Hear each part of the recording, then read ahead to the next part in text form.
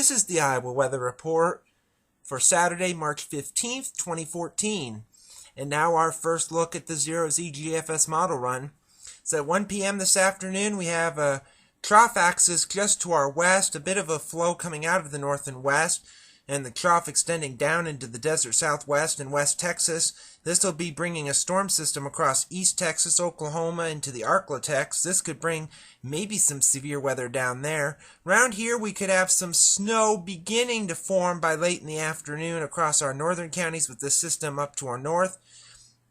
And then as we move to 1 a.m. Sunday morning, you can see the thunderstorms over the Arklatex, Oklahoma, Arkansas, Texas, into Louisiana, with some light snow or a wintry mix across Iowa.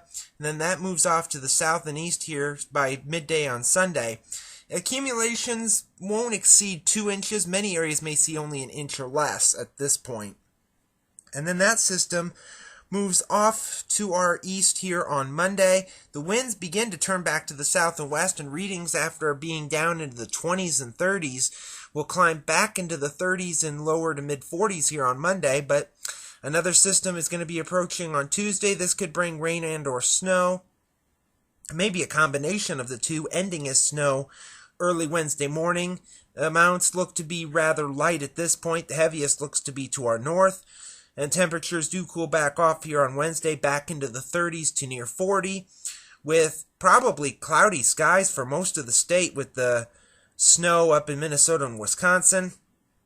And then that is off to the east on Thursday, winds back to the south and west, so temperatures should warm up into the 30s, 40s, and maybe some low 50s here on Thursday, with mainly sunny skies around.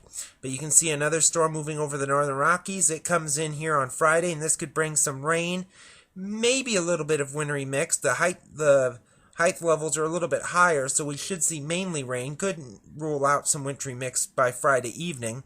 Then that system moves off to the east by next Saturday, and it does turn cooler with a few clouds and maybe a flurry or two just across maybe northeast Iowa and mainly in Minnesota and Wisconsin. Going into the extended period on March 26th, that's a big trough over the east.